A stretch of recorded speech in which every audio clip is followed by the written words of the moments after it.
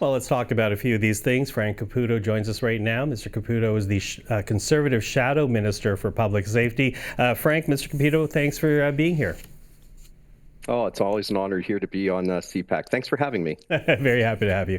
So listen, we're going to talk about a few things today, but I do want to begin with the government's gun buyback program. Without a doubt, the minister's comments that were, recorded has gotten the government into some trouble over that initiative. Still, they call this a serious plan to get guns off the street. Is there no value at all in this program?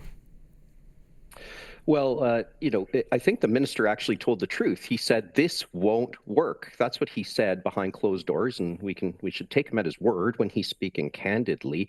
I want to get guns off the street too. Conservatives want to get guns off the streets. There's absolutely no doubt about it. So how should we go about getting guns off the street? In my view, a confiscation, and I say this as someone who's not a gun owner but prosecuted a number of offenses, nearly all, if not all of which involved illegal guns. This isn't the way to go about it, to strip hunters, people who are exercising their Indigenous rights to hunt, through a confiscation. Why? Because the illegal guns are themselves on the street. They're being possessed by people who don't have a right to possess them, by people who are using them for crimes, people who take a shotgun and saw it off. And what was the Liberal response? The Liberal response was to say one thing in public, to say another thing in private, and then to do things for political ends. We as Conservatives think that there should be common sense solutions. We should be repealing all of Bill C-5, which said that people who do drive-by shootings can serve their sentence on house arrest. And this is C-5 of 2022. We should be clear. This is C-5 of 2022 that you're talking about. I'm sorry. Yes, C-5 C-5 of 2022. For those who don't know, that was a sweeping gun bill, a bill that lowered penalties for gun crimes. So the Liberals, on the one hand, are going to say, you know what, we really need to take guns off the streets. 100% agree. And how are we going to do that? We're going to make it so that the most serious, hardened criminals, the people who are shooting up our neighborhoods, they can serve their sentences on house arrest. The two, they don't compute. It is hypocrisy on so many levels. Okay, so how do you get the guns off the streets then, Mr. Caputo? If not a program like this, how do you do that? Well, number one, you start having meaningful sentences to deter people and to denounce the conduct. Even if you look at the Supreme Court of Canada, that has generally not been super hard on crime, they've said that gun crime, people should be going to jail for handguns in terms of years. And yet the Liberals have not even heeded that advice. The other thing you do is you repeal the parts of C-75 that are very soft on bail. We've come out with a bill from my colleague Arpan Khanna that says we need to address this. We need to make weapons prohibitions meaningful again. I can't tell you how many times I prosecuted people who were on weapons prohibitions, and that piece of paper was treated as just that, a piece of paper. We need meaningful consequences for those who deliberately thumb their nose at the law. The Liberals say they want to do that, but their actions don't back it up. Now, very quickly on this, because I do want to move on to a couple of other points. You know, the minister, even in that recording, acknowledges the fact that this issue, this gun buyback program, is important to Quebecers. Are you not at all concerned about alienating voters in Quebec by opposing this program? Well, I think that people in Quebec and people across all of Canada, they want their streets to be safe. So at the end of the day, my view is that we should take actions that concretely make our streets safe, not that just appear to do something. You know, playing politics with people's lives, people's safety, it isn't the right thing. I think that, every time I speak with people from Quebec, they like everybody, they want safe streets. We as Conservatives want that. I just don't know that the Liberals, through their actions, have contributed to that when we see gun crime up 130%.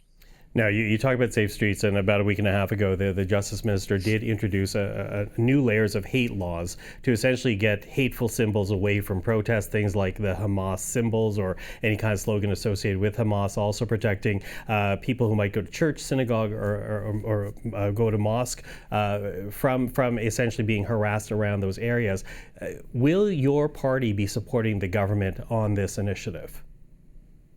Well, right now, we're still in the process of evaluating it. I'm the public safety critic. There is a justice critic. I know you probably think they're one and the same because we seem to talk No, I about know the there's a same things. difference, but I have you There's right now. actually a difference. Yes, you do have me right now. At this point, I am not the justice critic. I think it's something that we are carefully evaluating. But one thing I do want to point out is that, from a conservative standpoint, hate has no place in Canada. We have seen protests, we have seen hateful protests, and we haven't seen the Liberals denounce them sufficiently. I understand that now they're coming out with a bill which we will study to ensure that it does what it says it's going to do. But at the end of the day, why are we in the position that we're in where we need this legislation? There's been hate legislation on the books for years, and I deplore and denounce anybody who espouses hateful rhetoric. But how did we get to this point? When was it okay to wave flags that were hateful? When was it okay to use hate speech against people, to spray paint synagogues? I think we have such a deep problem in Canada, and we need our elected officials to stand up for people of all faiths or people who don't have a faith, and say it is okay to be who you are in Canada, and we will stand up against it, not pit one political Hmm. group against another, as I fear has been done by far too many politicians. Okay. Listen, quickly losing time, but I do want to get your reaction because, about a month ago, you called on the government to classify the Lawrence Bishnoi gang a terrorist entity. That has now, in fact, happened today. What's your reaction to the move? Well, I'm happy to hear it. I think it took the government far too long. You had the NDP premier calling for this. You had us as conservatives calling for this.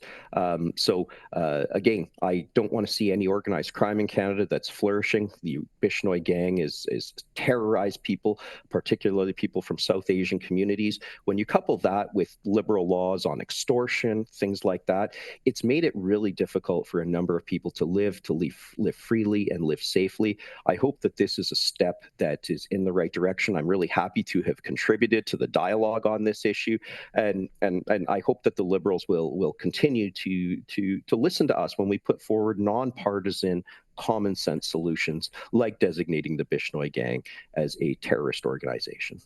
Frank Caputo, always appreciate your time. Thank you for this. Thank you very much. It's always an honor.